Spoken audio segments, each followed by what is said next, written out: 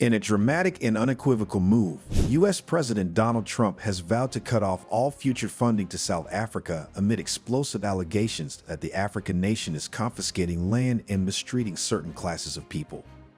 This controversial decision comes on the heels of South Africa's recent enactment of a landmark law, one that permits land seizures without compensation under specific circumstances.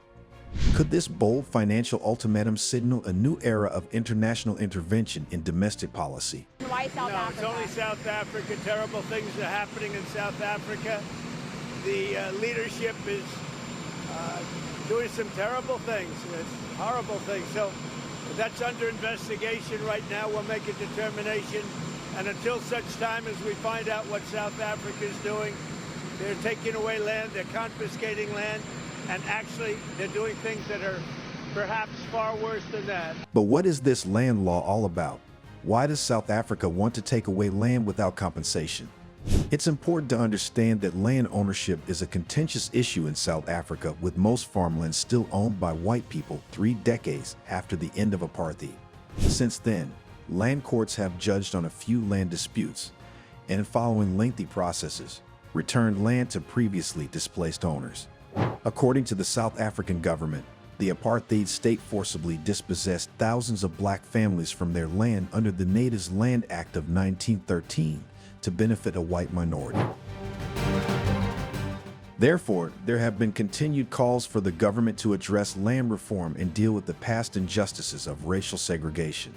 That's why the South African government came up with the Expropriation Act of 2024, primarily to redistribute land from current white owners to previously disadvantaged individuals and communities. The bill, which was signed into law by President Cyril Ramaphosa in January 2025, allows the government to seize land in the name of public interest and in some cases without compensation to bring about equitable access to all South Africa's natural resources. The government intends to transfer 1/3 of land to black people by 2030 under this new law, but there are questions about what constitutes just and equitable compensation and how it would be assessed in actuality. Some argue that the bill would discourage foreign investment and weaken property rights. Concerns have also been voiced about potential disruptions in agricultural production and the economy. Essentially, detractors believe that the law would have terrible implications, such as in Zimbabwe, where the seizure of white-owned commercial farms following independence destroyed the economy and scared away investors.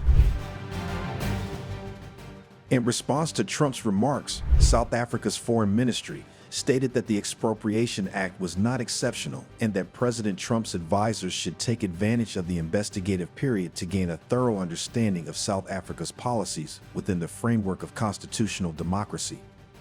The government also contended that the bill prohibits it from expropriating property arbitrarily and that it must first negotiate with the owner. In addition, South African President Cyril Ramaphosa delivered a rebuttal to Trump, asking him to mind his business because he does not understand South Africa's land issues and was not involved in the apartheid fight. We are living as a nation, and black and white, we are going to find solutions for our land question. So Donald Trump must leave us alone. He must leave us alone, Kauri. When we were facing apartheid, when we were facing oppression, he was not here. He did not fight side by side with us. And we were able, on our own, yes, with support of progressive forces in the world, to resolve the apartheid question. As far as I recall, Donald Trump was not around the negotiating table when we negotiated the end of apartheid. So stick around there in the White House. We will do our business here. And we will find solutions for our problem. So stay out of our issues. And we will not get involved in your issues in America. You have your own problems. Leave us alone. Analyzing the situation from both the South African and American perspectives reveals a complex web of ideological and practical concerns. From the American viewpoint, the emphasis on property rights and the rule of law resonates strongly with a political base that is wary of policies perceived as undermining individual rights. To many in the United States, halting aid sends a clear message that human rights abuses, real or alleged, will not be tolerated, regardless of historical context.